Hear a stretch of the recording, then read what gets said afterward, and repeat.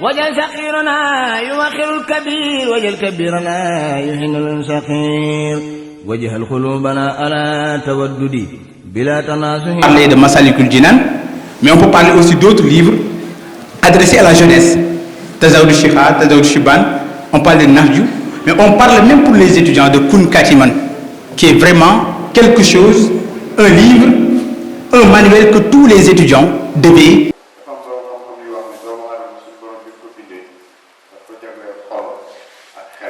Un jour, un prof de l'université Cheikh Anta Diop de Dakar était venu ici pour parler de Kun Katiman. Il a dit que Kun Katiman a été enseigné par un étudiant américain à l'université de Harvard. Et lui, il n'osait pas dire qu'il ne connaissait pas Kun Katiman parce qu'il venait du Sénégal. Donc, qu'est-ce qu'un bon disciple, un bon mouride? Serigne Touba a défini cela à partir des nobles caractères. Mais les lois aussi sont là. À côté des droits humains, il y a aussi les lois positives qui ont essayé aussi de définir des nobles caractères et pour définir aussi un bon citoyen. Et qu'est-ce qu'un bon citoyen? L'État les définit d'une certaine manière. Ça peut ne pas être les mêmes caractères qui ont été enseignés par la religion.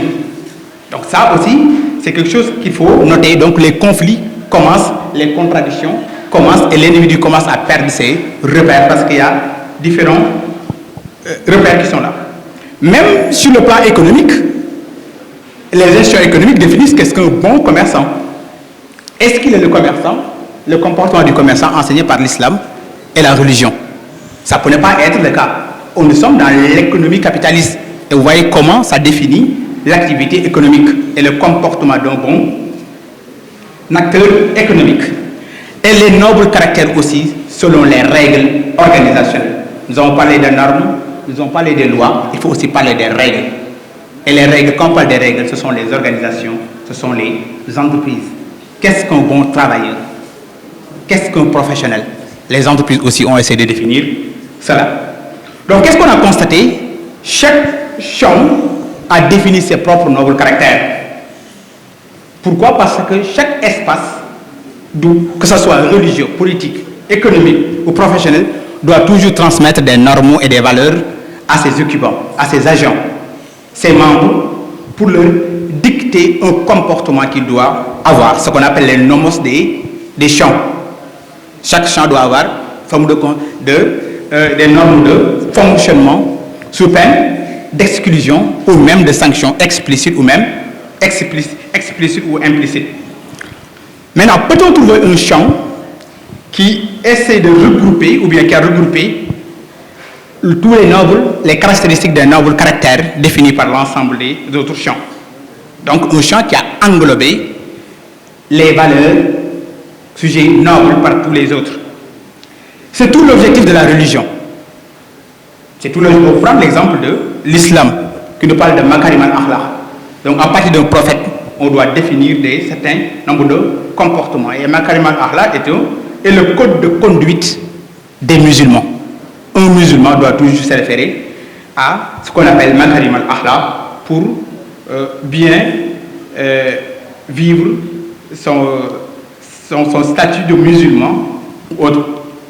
Et c'est un code qui a été conçu à partir des caractères du prophète Mohammed sallallahu alayhi wa sallam. Bien avant même la prophétie. Bien avant la prophétie, les gens parlaient de Makarim al-Akhlaq. Tout le monde reconnaissait ce noble caractère. Donc on n'a pas attendu la prophétie pour en parler. Mais on peut dire qu'il a été déjà préparé à la prophétie. Et même ses compagnons, les Sahaba. Si on parle de Sayyidina Omar, les gens parlaient de ce noble caractère. Et lui-même, je pense qu'il n'hésitait pas à dire que c'est pas parce que je n'ai pas une religion révélée que je ne dois pas avoir ces nobles caractères. L'honnêteté et la noblesse, ça faisait partie aussi de la fidélité, l'honnêteté et la noblesse font partie aussi des traits sur lesquels on se basait pour définir ce qu'on appelle les nobles caractères. Donc les nobles caractères, ce n'est pas seulement pour le musulman, mais c'est tout individu doit se référer à ces nobles caractères. Maintenant, en fonction, sur la base de quoi il doit définir ces nobles caractères. Et je pense que M. Mokhtar l'a bien expliqué. L'État aussi devant le problème des contradictions, la multiplicité des religions, l'interprétation des textes et tout le problème que ça avait amené, l'État a essayé de mettre de côté ses droits pour mettre en place des droits, les lois positives. Et c'était ça le problème. C'est que tout le problème que les musulmans ont dans les sociétés occidentales, surtout en France. Parce qu'ils se réfèrent à des normes qui ne sont pas les lois de la République française. Et tous les problèmes commencent. Maintenant, est-ce qu'un musulman va accepter de mettre à côté ce que recommande sa religion pour suivre des lois positives? C'est tout le problème. Donc j'avais toujours l'habitude de dire que le problème, ce n'est pas parfois l'individu, mais c'est le problème que ce sont les normes qui ne sont pas bien définies. Et donc c'est ça qu'on pouvait noter. Même l'entreprise essaie toujours d'inculquer une valeur, des valeurs, ce qu'on appelle la culture d'entreprise ou la culture organisationnelle.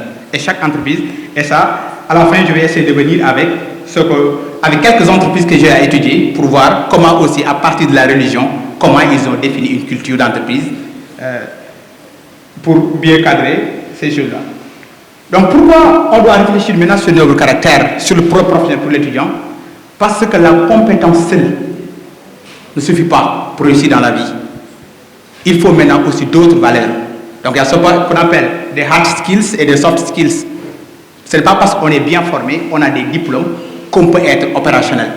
Il y a des valeurs aussi qu'il faut avoir. Et ces valeurs sont transmises par la religion, par la famille et par toutes les autres institutions sociales. Mais l'étudiant et son milieu universitaire.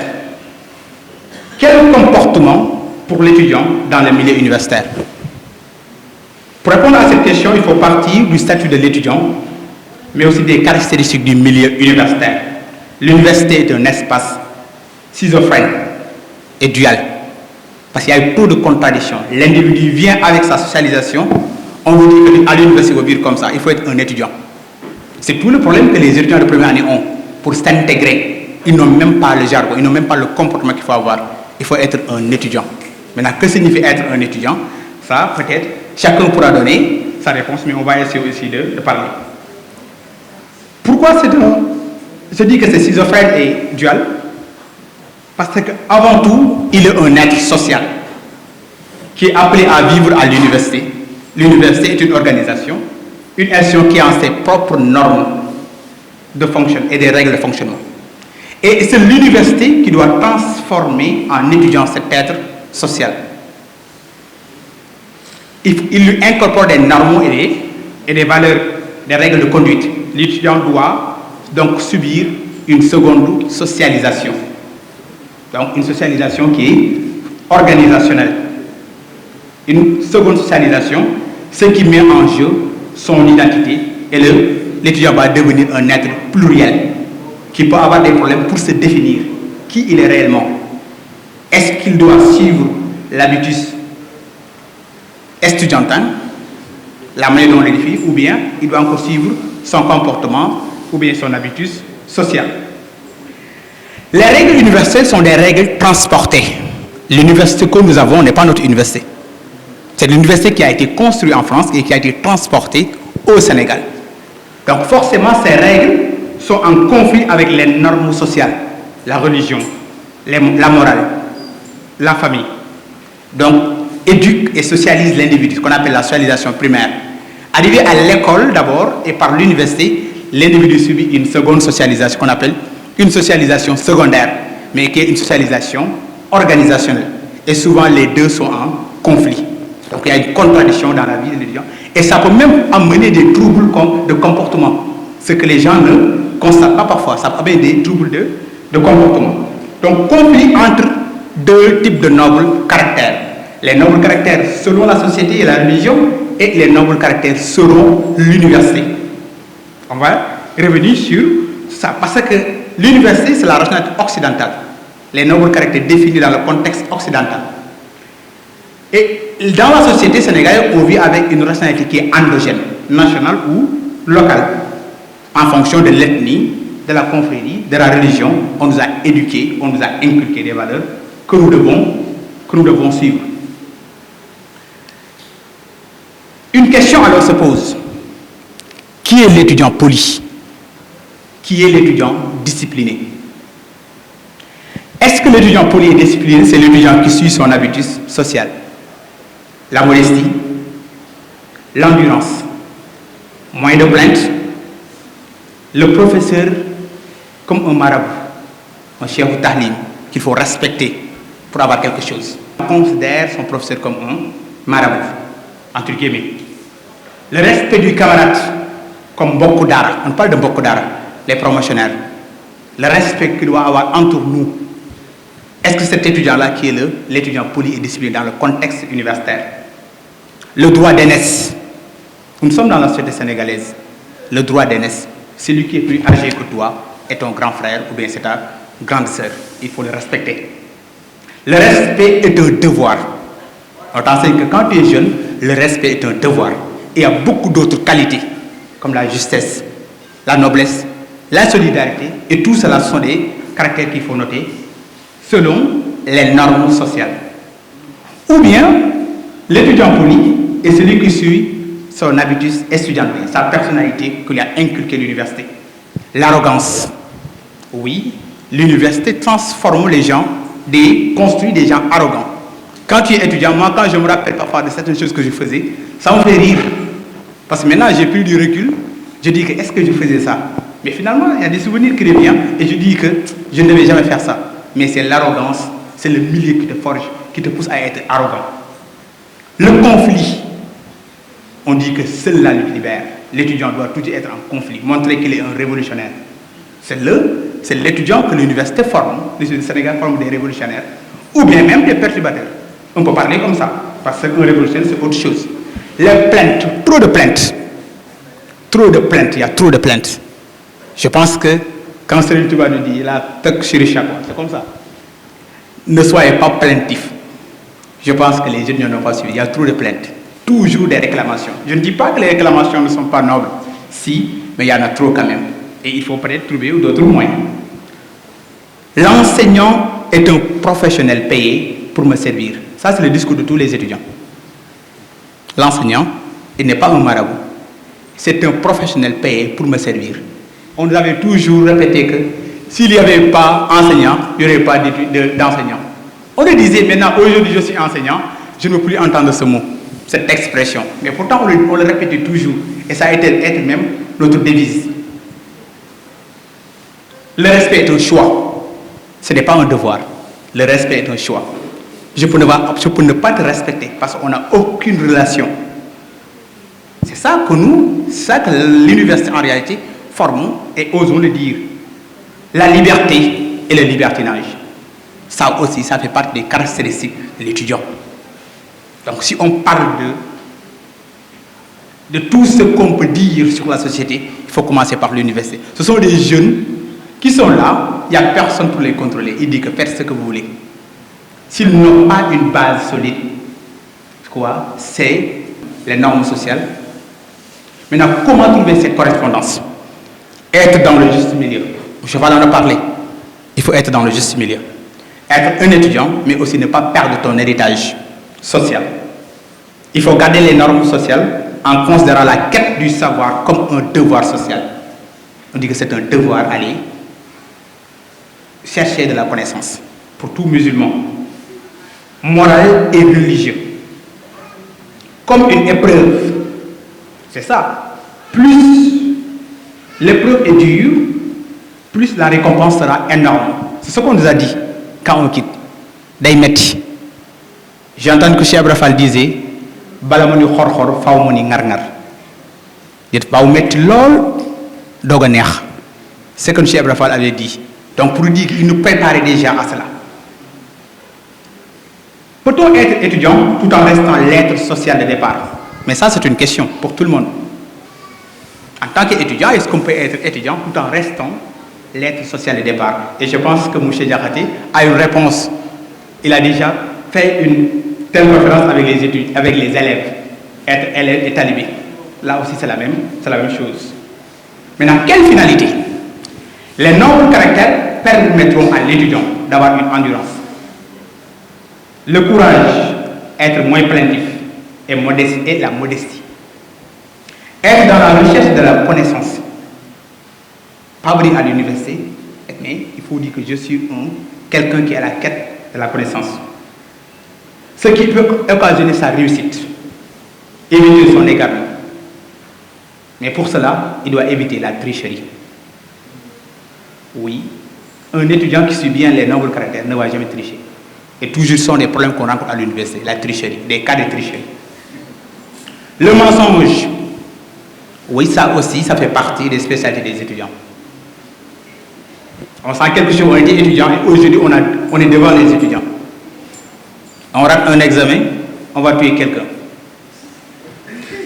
Oui, parfois il y a des étudiants qui ont tué tous leurs grands-pères, tous les grands-parents. Maintenant il faut chercher peut-être des cousins qui vont continuer à tuer.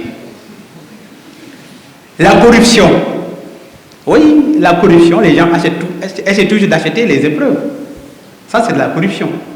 Et les autres formes de corruption aussi, qu'on peut ne pas citer, mais que les gens vont comprendre. Parce que la corruption, ce n'est pas seulement le matériel qu'on donne, mais il y a d'autres formes de corruption. Le détournement d'objectifs. Et ça, tous les étudiants font du détournement d'objectifs. On réclame quelque chose pour les études, on nous les donne, on va les utiliser pour autre chose. Mais comme on est dans un pays où on n'évalue pas, on ne pourra pas savoir si ça a été bien utilisé. Le vol, c'est le vol. Et ça aussi, c'est regrettable. Il y a beaucoup de matériel de l'université qui sont volés. On ne peut pas dire que ce sont les autres. Est-ce que ce ne sont pas les étudiants? C'est une question. Le respect de l'autorité. Le respect de l'enseignant. Donc tout cela, ce sont des choses qu'on peut noter. Maintenant, ça doit nous pousser à faire quoi? À penser que nos universités au Sénégal restent encore un patrimoine de la colonisation, de la pensée coloniale. Les valeurs qu'elles incarnent ne sont pas en adéquation avec celles promues dans la société. Ainsi, l'étudiant est toujours vu comme un déviant, un indiscipliné, alors qu'il ne fait que suivre les règles de fonctionnement de l'université. L'étudiant ne va jamais accepter qu'on dise que tu es impoli. Parce que pour lui, être étudiant, c'est comme ça. Mais dans la société, les étudiants sont indisciplinés. Quand tu sors même, tout le monde le... Encore. Il est temps que l'université sénégalaise soit refondée pour en faire un dara qui formera un produit dont les caractères seront en phase avec la société. Construire un citoyen pour les Sénégalais. Le produit que l'université sénégalaise produit, ou bien son objectif, n'est pas quelqu'un qui aura un impact positif sur la société. Parce que ce qu'il fait et ce dont on a besoin dans la société parfois sont diamétralement. Il est bien formé, mais la discipline, et souvent les entreprises le disent, les étudiants sont nuls. Ils ne sont pas nuls. Ils ne sont pas encore préparés à être dans ce monde professionnel ou bien à être opérationnel dans la société. Et ce qui est une très bonne transition aussi pour étudier encore le travail et son monde professionnel. C'est l'étudiant qui va devenir professionnel. Ça doit le suivre. Et pourtant, si l'étudiant avait suivi les nouveaux caractères, dans le monde professionnel, ce sera très facile. Il va suivre les mêmes principes. Maintenant, quel comportement faut-il avoir dans le monde professionnel? C'est une question que les sciences sociales, la sociologie ou la psychologie des organisations a essayé déjà de répondre. Il y a beaucoup de connaissances théoriques sur ça, des connaissances empiriques sur le comportement organisationnel et sur la problématique des contraintes de l'action collective. Agir ensemble. Pourquoi c'est un problème? Le problème, tous les premiers penseurs du management ont séparé les organisations modernes, bureaucratiques, et les organisations traditionnelles, de type traditionnel. La famille, les organisations religieuses. Il fallait trouver une rupture entre ce qu'on appelle société et communauté, qu'on ne les gère pas de la même manière. Ils ont cherché donc la rupture dans la gestion des différents types d'organisations et trouver aussi les mécanismes permettant de rendre prévisible le comportement humain et le canaliser. Ce qui a été un échec. Pourquoi? Le comportement humain pose toujours problème car les règles imposées ne sont pas applicables partout. Maintenant, quelle solution peut-on trouver? Partir des nobles caractères définis dans la société comme règles de fonctionnement de nos sociétés, de nos entreprises. La société en vigueur définit des règles. Il faut s'inspirer de ces règles pour définir un règlement intérieur. Dresser une culture d'entreprise en partant aussi de la culture globale. La culture globale, c'est l'environnement de l'entreprise. Dépasser cette utopie de la séparation entre société et communauté pour permettre aux professionnels d'avoir comme repère les nobles caractères produits de sa socialisation culturelle et religieuse. Et ça, c'est le problème des Sénégalais. Le respect de l'heure et des tâches. On a toujours un problème pour respecter l'heure et ce qu'on nous donne. Les gens ne viennent pas à l'heure, et dès qu'ils sont là, ils vont toujours des moyens pour ne pas faire ce qu'on nous demande de faire. Sortir, aller au niveau des bureaux pour discuter. Est-ce qu'on est fait pour être dans des bureaux enfermés? C'est une question qu'on peut se poser. Donc, il faut avoir l'organisation du travail dans nos entreprises. Gagner honnêtement son salaire. On aime trop attaquer l'État, le président et les autres. Mais parfois, si on regarde dans nos façons de travailler, peut-être on fait des choses pires que ce que font le gouvernement. Mais on n'ose pas les dire et personne ne va nous les dire. Respect du lieu de travail. Le lieu de travail doit être sacré pour un travailleur. Pourquoi? Et ça, pour un mouride, ce rapport dialogique entre le travail et la foi nous a été enseigné par Serigne Touba. Considérer que ce travail-là, ce n'est pas seulement une façon de gagner de l'argent, mais aussi c'est un moyen de trouver le salut, la grâce, la reconnaissance sociale. On nous parle du dërëm et du ngërëm. Chercher un salaire, mais aussi chercher le salut dans le travail. Valoriser donc son travail en les considérant donc comme un moyen de trouver le salut. Donc c'est ce que le travail doit faire et c'est ce que les nobles caractères permettent de nous essayer de nous faire. Un professionnel. Au Sénégal, le professionnel, c'est quelqu'un qui se valorise à travers son poste de travail.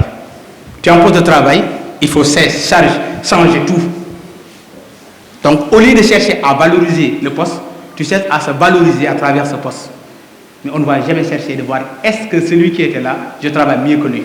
Mais est-ce que de voir, je m'habille mieux que lui, je commence à avoir certaines choses, chercher un villa et autres, mais ça, c'est bien. Mais il faut d'abord valoriser le travail. Et pour cela, il faut changer de perspective, la représentation que nous avons des choses. Et je vais terminer par trois entreprises que j'ai étudiées dans le cadre de ma thèse de doctorat. C'était des entreprises médiatiques. Lampofal Communication, la radio communautaire Jamala FM des Layènes et la radio catholique Espérance FM. Qu'est-ce qu'on a vu?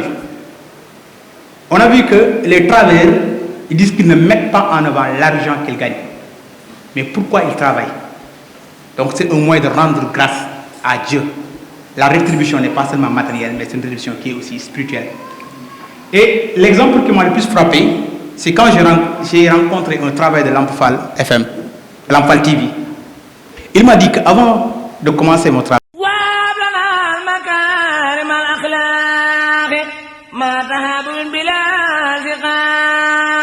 وجل سقيرنا يوخر الكبير وجل كبيرنا يهن الصغير وجه قلوبنا على تودد بلا تناسه ولا تعصد